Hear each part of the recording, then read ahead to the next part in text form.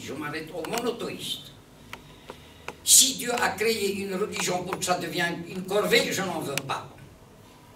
Si je fais la prière pour aller au paradis, je n'en veux pas. Et puis, je n'en veux pas. Si cette femme, qui est la vie, et que je ne donne pas une considération d'être humain, je n'ai pas ma raison d'être. Ok? Maintenant, mesdames, messieurs, entendons-nous bien.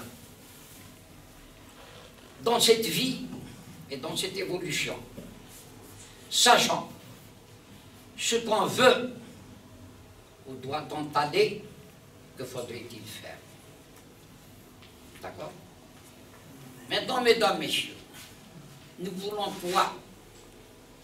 Une démocratie. On n'est pas contre, il ne faudra pas en parler seulement. Les nations du monde ont payé le prix pour avoir cette démocratie.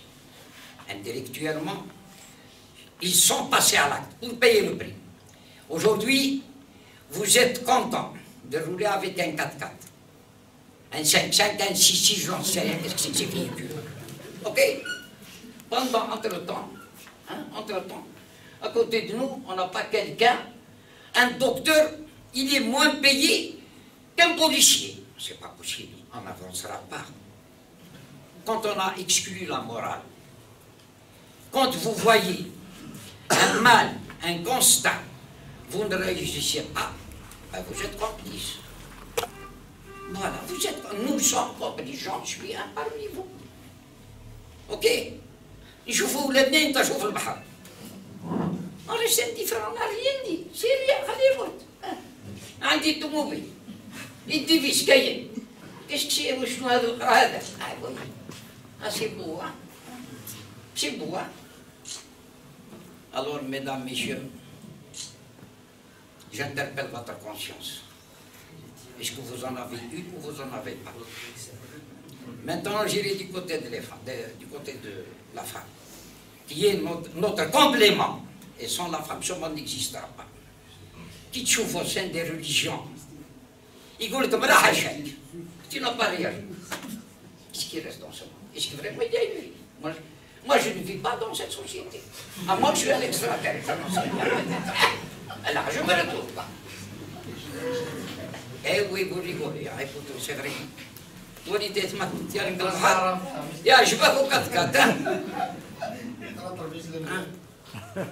Je me lève dans le cas, à mon âge, à 85 ans, debout. Je ne généralise pas, c'est des cas. Mais pour voir une femme qui enseigne à l'université de Sétif, Farhat Abbas ou Madraka, qui est connue universellement. Debout, il pleuvait. Cette femme qui était fatiguée, enceinte, à sa descente, elle ne m'a même pas dit merci. C'est moi qui l'a rappelé. Merci, madame. Alors, je dis oui. Maintenant, du côté de la femme, comme du côté de l'homme, nous avons tous des insuffisances. Nous avons tous des insuffisances. Essayons de nous compléter dans nos insuffisances, sans se quereller, plaçant la raison et la morale au-dessus de tout. Et à partir de là, nous avancerons. Et sur ce, pour votre attention, mesdames, messieurs, je vous en remercie.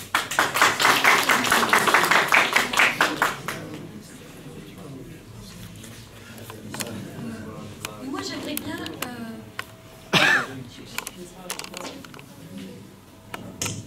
Moi, j'aimerais bien revenir un petit peu sur la littérature, pour qu'on ne rentre pas dans des débats aussi qui sont sans réponse dans les médias, d'autant plus que nous passons par des moments un peu difficiles, et nous sommes en pleine crise à tous les niveaux.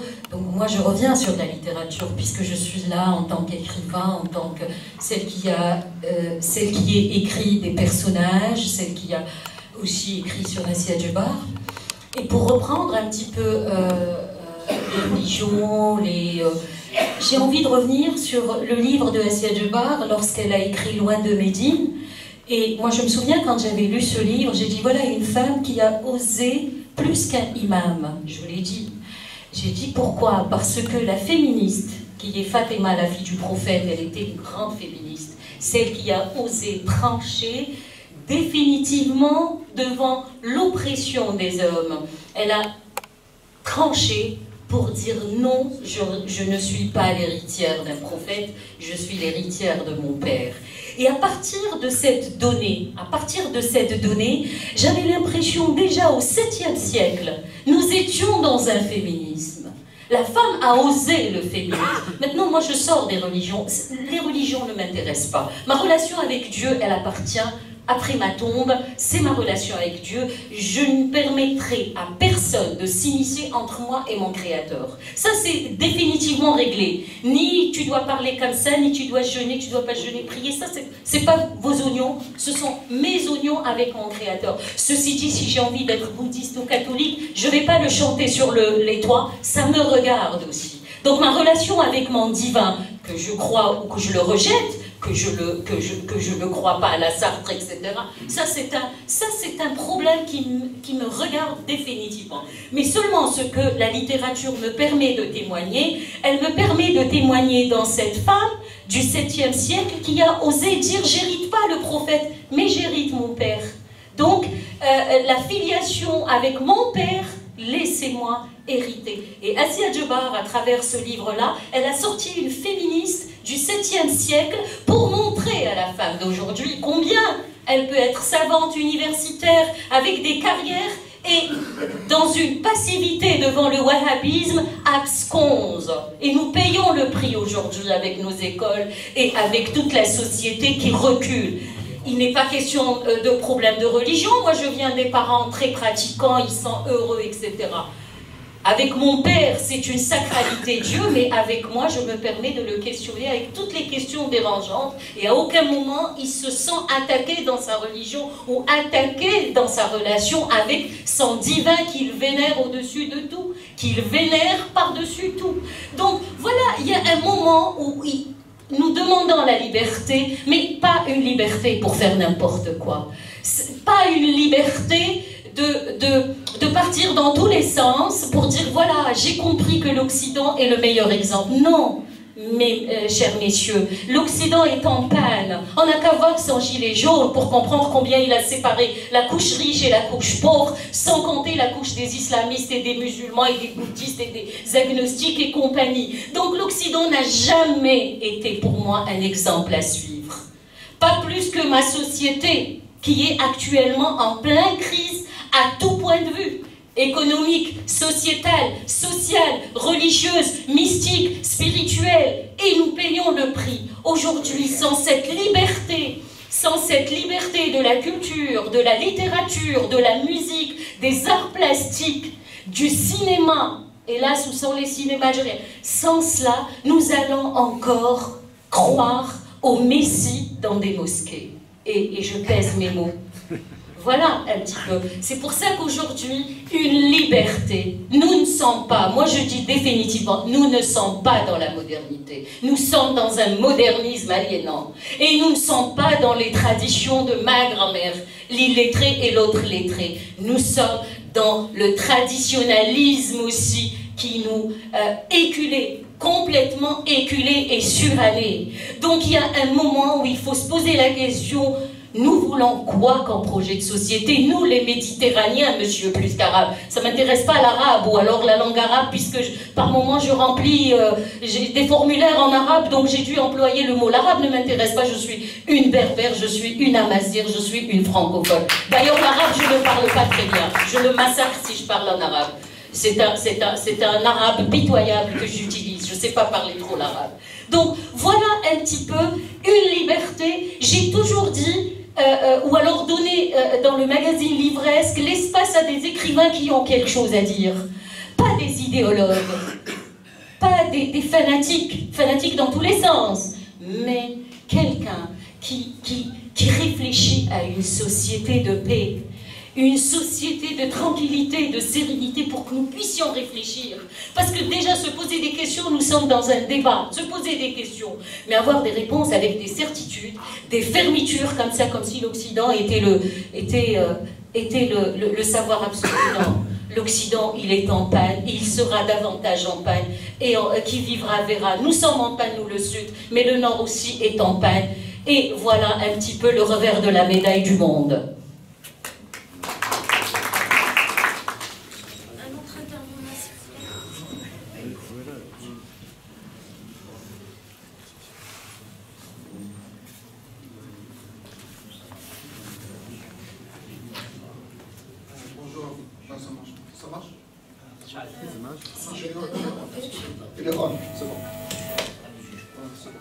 En fait, je voulais vous interroger sur le mouvement féministe algérien, qui me déçoit beaucoup. Et pourquoi je parle du mouvement féministe? Que moi je le scinderai en deux parties. Le mouvement féministe islamiste et le mouvement féministe, on va dire, démocrate. Pour juste faire deux points. J'arrive à le mouvement féministe islamiste. Lui, il réunit beaucoup de femmes, il a beaucoup de composantes, il est très riche, il est très développé, il est très attractif. Mais quand vous avez, par exemple, je vous donne un exemple, le Rizou Wassila, qui était venu il y a quelques années à Béjaï, il n'a pas pu réunir une salle. Comme si le mouvement féministe chez nous, quelque part, il s'est un petit peu intellectualisé. Donc il a laissé de côté les femmes, on va dire les femmes au foyer. Alors moi ce qui m'intéresse, c'est de travailler avec les femmes au foyer. C'est elles qui m'intéressent. Parce que bon, l'élite, elle peut par elle-même se prodiguer des propres pensées à elle-même, mais la femme au foyer, elle est quelque part sous la domination patriarcale, puisqu'elle n'arrive pas un petit peu à s'ouvrir. Justement, je vous questionne sur l'état actuel du mouvement féministe algérien. Et même si on voit quelque part comme ça des petites initiatives d'étudiantes, etc., qui essayent comme ça de redorer un petit peu le blason du mouvement féministe global, mais je note un recul des idées. Et voilà, quel est votre constat sur le mouvement féministe? Merci. Est-ce que j'ai une réponse devant votre interrogation? Ça me paraît un petit peu difficile. Pourquoi? Parce que juste après l'indépendance de l'Algérie, la femme algérienne a jeté son voile, son haïk qu'aujourd'hui les femmes veulent le remettre, pour partir vers le travail, pour partir vers un semblant de liberté, tout en étant une société avec ses traditions, ses coutumes, sa façon d'être. Seulement, tout de suite après les années 80 sont venues, il y a eu la gangrène du monde qui s'appelle le wahhabisme, et il a été très perfide, qui a commencé à circuler à travers les pays musulmans. Et la femme, sans se rendre compte, elle est universitaire, elle est chercheur, elle est médecin, elle est mère de famille, elle n'est pas illettrée, je veux dire, elle est même dans des postes importants, va se mettre au voile, non pas le voile de sa mère, non pas le voile de sa grand-mère, mais le voile importé d'ailleurs, des pays qui sont dans l'archaïsme, qui n'ont rien à voir avec la Méditerranée, encore moins avec le Maghreb, encore moins avec le grand pays qu'est l'Algérie. Parce que nous, si on cherche le voile, on va trouver le voile de Sétif, de la Kabylie, de Tlemcen, de ceci, de cela. Donc la femme a décidé, par rapport à toutes les colonisations, de se voiler par pudeur, par rapport aussi parce qu'elle manquait de droits, donc elle a toujours été colonisée. Donc elle porte un vêtement de pudeur, elle se cache parce que c'est un repli devant l'oppression, un repli devant la colonisation, etc. Donc après l'indépendance, donc c'est là où je suis née, dans ces années-là, les années 60, la femme, et moi je me suis toujours posé la question, pourquoi ma mère portait le voile, le haïk, et ses sœurs non? C'était, enfant que j'étais, ça me troublait. J'arrivais pas à comprendre ce qu'il voulait dire, le haïk de ma mère, que quand je voulais sortir avec elle au jardin, j'avais envie de lui tenir la main, j'avais envie de courir avec elle, et pourtant elle était cloîtrée dans son voile. Donc, enfant déjà, je me posais la question sur cela. Les années 80, on commence à voir, c'est comme si la femme n'a jamais été musulmane, et voilà le wahhabisme, il nous donne le voile et nous devenons musulmanes. C'est bizarre toute cette mode. Elle était sournoise cette mode.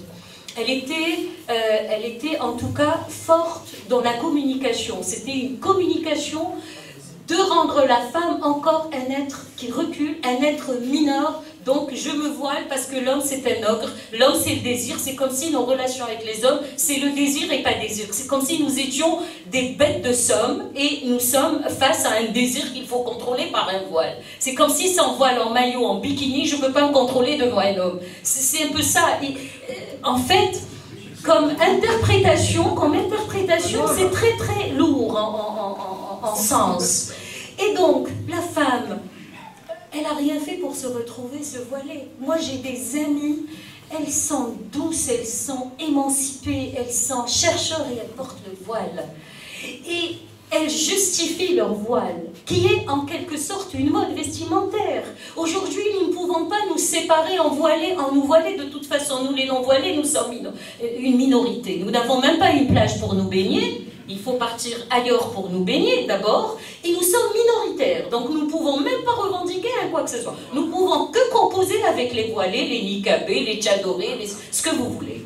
Donc, il y a ce vrai problème que nous trouvons dans nos romans. Par exemple, moi, dans Les sanglots de Césarée, ou dans mon roman La danse du jasmin, devant mes personnages, je me questionnais devant le voile wahhabite. Devant le voile, là, qui devient au Canada, en France, en Espagne, en Allemagne, etc. Ce voile-là, qui s'impose en tant qu'identité musulmane, et je n'ai rien compris. Donc, la solution, c'est quoi? C'est un effet de mode. Maintenant, les idées, où on en est dans les idées? Est-ce qu'une femme voilée a des idées avancées ou pas? Ça, c'est notre grosse crainte. Est-ce que nous sommes capables de porter un voile, mais de ne pas répondre par coup à coup, ou répondre par réplique aliénante, mais répondre par une pensée réfléchie? Est-ce que Dieu a voilé sérieusement les femmes musulmanes? Est-ce que réellement... Dernièrement, on a vu Raled Benchir qui a dit que c'est à la une d'un journal français, il a dénoncé cela, il commençait à reculer, à se justifier, parce que la foudre de Dieu lui est tombée dessus, ça c'est clair, on l'a vu. Donc maintenant, est-ce que c'est l'affaire des hommes? C'est l'affaire des femmes aussi. Est-ce que la femme est là le 8 mars ou à des rendez-vous se permet de dénigrer le voile, ou elle l'accepte? Nous sommes en train de l'accepter. Nous n'avons pas le choix. Elles sont majoritaires. Donc maintenant, ce que je crains, moi, la réflexion de la femme, comment elle réfléchit? La voilée, comment elle réfléchit? Est-ce qu'elle réfléchit que par Dieu? C'est comme si elle met à chaque fois qu'on veut lui poser une question sur son corps, il y a Dieu au milieu, et Dieu n'est pas responsable des femmes aliénées. Parce que Dieu, c'est l'universel, c'est Dieu de toutes les communautés, même des athées, de tout le monde, et peut-être, pour certains, il n'existe même pas. C'est-à-dire Dieu, l'histoire de Dieu, pourquoi il est mis au-devant de toutes les histoires de femmes? Moi, j'ai assisté en Autriche à un débat avec les femmes musulmanes dans le monde. Il y avait des indonésiennes, égyptiennes, libanaises, moi j'étais algérienne. J'ai vu les converties occidentales, j'avais l'impression qu'elles sortaient, c'était des femmes de caverne. C'était des femmes des cavernes. Et j'avais peur d'une contamination dans le monde. Moi je suis effrayée par l'effet de contamination. C'est cela où il faut qu'il y ait des débats, il faut qu'il y ait des questionnements aussi sur des romans, sur le cinéma, sur qu'est-ce qu'il a comme signification le voile. À Paris, je suis arrivée même, un jour j'ai fait ma conférence, je suis arrivée même à dire qu'est-ce qu'il a comme signification, puisque même la prostituée le porte. Est-ce qu'elle est dévote? Est-ce qu'une prostituée est dévote? Pour tout mon respect, j'ai pas de clichés, j'ai pas des poncifs devant une femme de mœurs légères. Je parle pas de ça pour dénigrer la femme, non. Je parle de cela pour dire qu'est-ce qu'il a comme signification un voile. Est-ce que c'est un effet de mode? Et donc c'est comme un pantalon rétro, c'est comme une mini-jupe et puis ça va passer? Par contre, il a une signification religieuse, c'est là où il faut se méfier de cela. Il a une signification, il a une approche religieuse. Et nous, les musulmanes, si je me considère musulmane, si je parle à une catholique, ou si je parle à une athée, ou si je parle à une agnostique, j'ai pas envie de lui montrer que je porte un foulard pour qu'elle me respecte en tant que musulmane. C'est pas son problème si je suis musulmane ou athée. Je veux dire, ces clichés-là, d'un athée, ou d'un agnostique, ou d'un religieux, ou d'un imam, ou d'un barbu, ou d'une voilée, je n'ai rien compris. Est-ce que le cerveau s'arrête à un morceau de cliché, un encadrement d'un cliché, à un poncif? Est-ce que l'humain est devenu un cliché? Et là, je pense que les débats doivent être ouverts. Parce que quand on ferme les débats, on a... Mais j'ai pas de réponse. J'ai pas de réponse si ce n'est le nombre m'effraie. Et le nombre aujourd'hui, il est supérieur aux non-voilés. Vous n'avez qu'à partir dans l'intérieur du pays, pas en Kabylie, pas à Alger. Partez à Béchar, partez. J'ai donné une conférence à Béchar avec des étudiantes, donc des étudiantes en littérature, dans des recherches, etc. J'avais l'impression que j'étais la seule qui ne portait pas le voile. Il y a un moment où c'est lassant. Il y a un moment où c'est fatigant à la fin. C'est fatigant. La petite fille, et la petite fille, la gamine de 5 ans, 6 ans. Alors à ce moment-là, c'est pour ça que, monsieur, j'ai parlé du modernisme. C'était par rapport à ça. C'était une allusion de ma part. C'est carrément une allusion, parce que le voile, chez la gamine, alors là, la pauvre, elle est complètement martyrisée. Elle est complètement rejetée de la société. Une fille, elle a besoin de jouer, de tomber, d'avoir sa jupe qui saute, d'avoir je sais quoi, un bout de sa culotte, on la voit, pourquoi pas. Qu'est-ce qu'il y a comme péché dans une culotte d'une petite fille? Qu'est-ce qu'il y a comme blasphème divin? Est-ce qu'on a blasphémé devant la culotte d'une gamine qui joue, qui tombe? Combien de fois j'étais gamine, je tombais, ma culotte en l'air, je trébuchais mes genoux, etc. Et il n'y avait pas mort d'homme. Je veux dire, et aujourd'hui, pourquoi les choses ont changé? Pourquoi nous sommes devenus comme ça, par des œillères, et le féminisme, il va très mal en Algérie. Il n'y a pas de féminisme en Algérie. La femme a abandonné la partie. Elle a bien porté son voile et elle s'est occupée de ses enfants et elle est heureuse. Tu n'as pas le droit d'intervenir. Il y a un modérateur. Je peux faire une intervention, Président? Bien sûr. Merci. En fait, moi je suis contre de dire qu'il n'y a pas de réponse. Oui, il y a des réponses par rapport à ta question surtout. C'est de dire pourquoi le féminisme actuellement en Algérie va mal. En fait, c'est pas qu'il était bien, mais il y a eu du féminisme. Les années 90, donc plutôt avant 80 et tout, il y a des mouvements femmes. Faut pas nier ça. Il y a eu des féministes qui ont été assassinées, tout ce qui s'ensuit. Ça, c'est des féministes. Elles ont lutté, milité dans tous les domaines, que ce soit dans le cinéma ou bien de lutter pour avoir de l'égalité, tout ce qui s'ensuit. Il y a de ça. Vous avez parlé tout à l'heure de réseau Wassila. Oui. Ça reste, jusqu'à maintenant, en quelque sorte, c'est le seul réseau qui est connu et qui milite en quelque sorte et tout ce qui s'ensuit. Mais la question qui se pose actuellement vraiment, c'est que qu'est-ce qui a fait reculer le mouvement? C'est ça la question. Pourquoi maintenant le recul? Et ça peut s'expliquer avec les années 90 et tout ce qui s'ensuit. Donc oui, il y a des réponses. Et actuellement, justement, les anciens féministes, moi je les appelle tout le temps de l'ancienne génération, elles ne veulent pas déjà de ce nom-là. Elles veulent tout le temps rester leader, et je l'assume ce que je dis d'ailleurs. On a déjà mené un débat par rapport à ça. C'est que jusqu'à maintenant, c'est comme si les anciens féministes n'ont pas pu faire passer le flambeau à des nouvelles. Jusqu'à maintenant, oui, par exemple, moi je me dis féministe, mais en aucun cas une ancienne m'a enseigné ce qu'il y avait, ou bien ce que... Voilà, leur mouvement et tout ce qui s'ensuit. Il n'y a même pas beaucoup d'écrits par rapport à tout ça et tout ce qui s'ensuit. Vous avez parlé du féminisme démocrate, et il faut vraiment définir c'est quoi le féminisme démocrate et c'est quoi cette démocratie. Parce que tout le monde se dit démocrate alors que tout le monde a un visage de la démocratie. Mais aussi, c'est que le féminisme islamiste, ça existe en Algérie. Et il est plus mobilisateur que le féminisme qu'on dit démocrate, entre guillemets. Il faut le dire, actuellement dans les résidences universitaires et tout ce qui s'ensuit, ben c'est elles qui mobilisent plus que nous, par exemple, en faisant des activités. Et oui, justement, vous avez dit qu'il y a des conférences et tout. Oui, ça touche vraiment, ça touche une couche d'intellect et tout ce qui s'ensuit. Chose qui est vraie, c'est des débats de salon. Et ça touche pas des femmes qui subissent vraiment. Donc voilà, quand on dit par exemple qu'il faut militer, oui, on peut essayer de se reconstruire. C'est ce que la majorité essaye de faire, en fait. Mais il faut vraiment essayer de toucher justement des femmes au foyer, parce que les violences vraiment, et les violences que personne, enfin la majorité n'essaye pas de parler de ces violences-là, c'est les violences conjugales.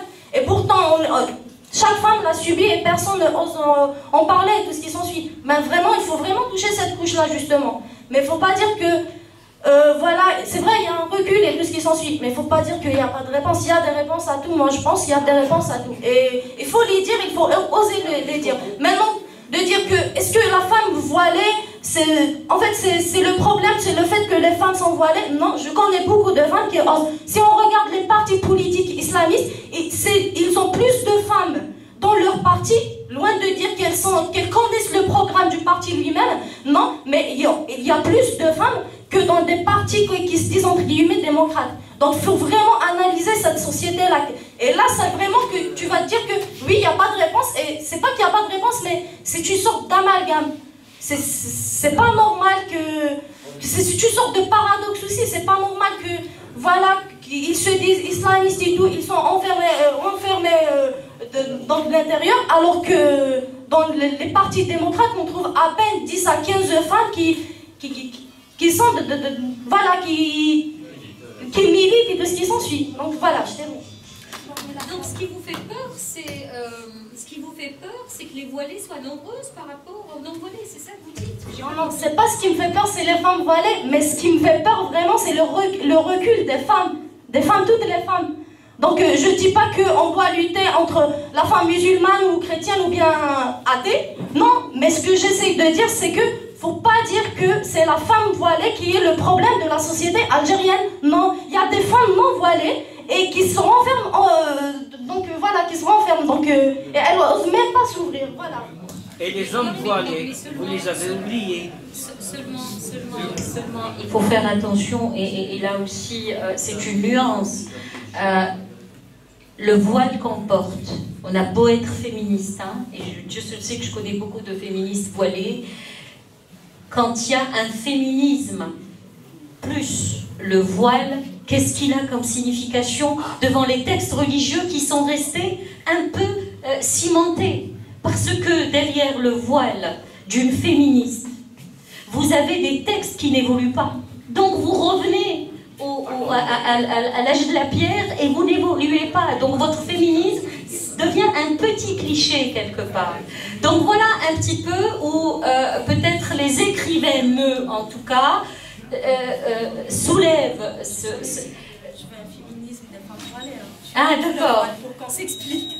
Oui, oui. Non, c'est pas ça. C'est pas ça. Je voulais dire que quand on dit féminisme et elles sont voilées... c'est ça, c'est le paradoxe de... Voilà. C'est le paradoxe du... Très bien. D'accord. C'est de l'esclavage. Voilà. Et la littérature, elle parle du voile aussi, attention. Hein. En littérature, nos personnages portent le voile et on se questionne. On se questionne sur le voile, on se questionne sur la religion, on se questionne sur des textes rigides, etc. On a appris à une société à oublier les mains avec des chiens. Bonjour. Merci longtemps. Alors, madame, vous avez dit du bien du prophète des musulmans, Mohammed. Vous avez dit du bien de Fatima. Après, vous êtes un peu étonné que les gens dans la salle ne soient pas d'accord. Eh bien, c'est comme ça, hein, si vous supportez. Parce que vous dites le voile, qu'est-ce que c'est? Le voile, c'est un accoutrement, c'est une tenue d'appartenance à une secte. Quand la JSK joue contre une autre équipe, elles ont des tenues différentes. C'est juste ça. Hein. Donc, il n'y a pas... La question, elle a une réponse très simple. Du moins, je le pense moi. Mais sinon, j'aurais aimé qu'on parle de littérature. Dommage parce que nous n'avons pas lu vos livres. Moi, je connais un peu la revue livresque. Je connais les difficultés que vous avez à la faire paraître, parce qu'il faut de l'argent, il faut un tas de choses. Et j'aimerais bien que vous dites quelque chose au public, c'est-à-dire sur vos difficultés par rapport à cette revue. On aimerait bien qu'elle reste sur le marché du livre et du journal.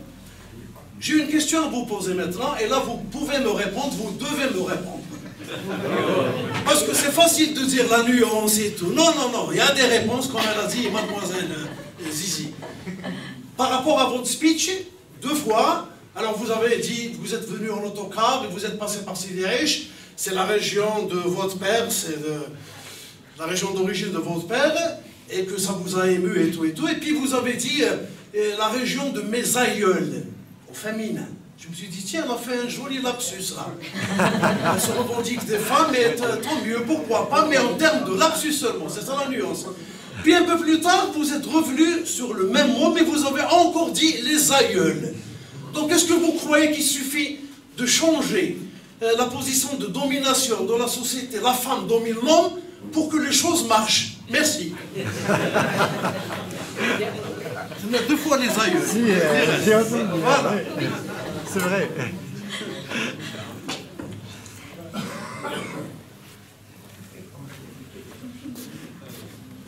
Bon, je rejoins un peu mon ami Papa. C'est-à-dire il a fallu un peu revenir à la thématique de la conférence. On a un peu débordé vers des choses un peu plus... une conférence un peu plus vague sur la problématique de...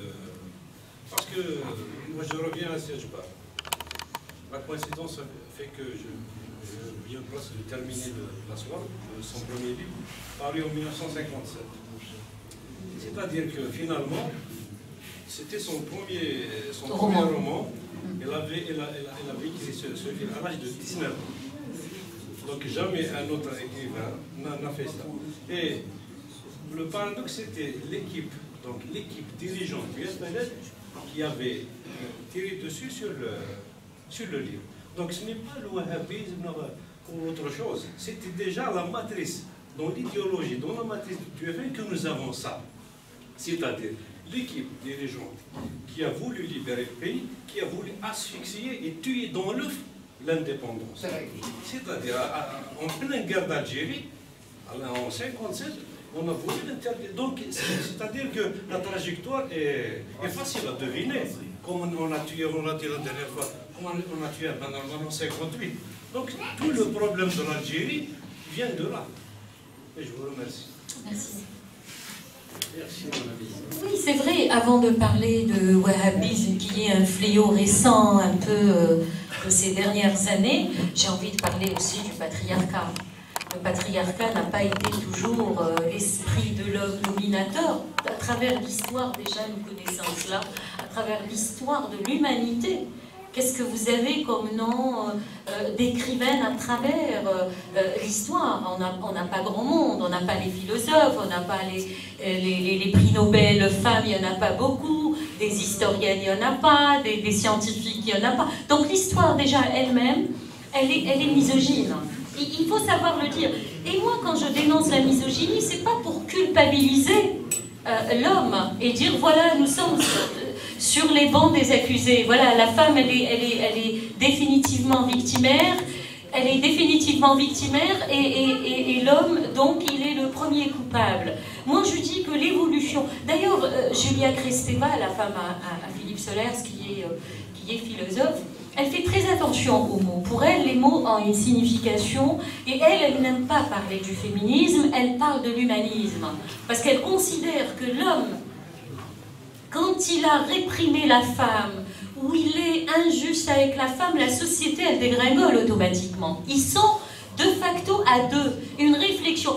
Vous n'avez qu'à voir avec votre épouse, avec votre femme, ou avec la personne avec qui vous vous entendez. À deux, vous voyez mieux les choses. Quand on est souvent d'accord sur une réflexion de la vie, sur une démocratie, sur la société, sur la religion, sur la philosophie, sur comment élever les enfants, à deux, nous sommes capables de réfléchir le monde.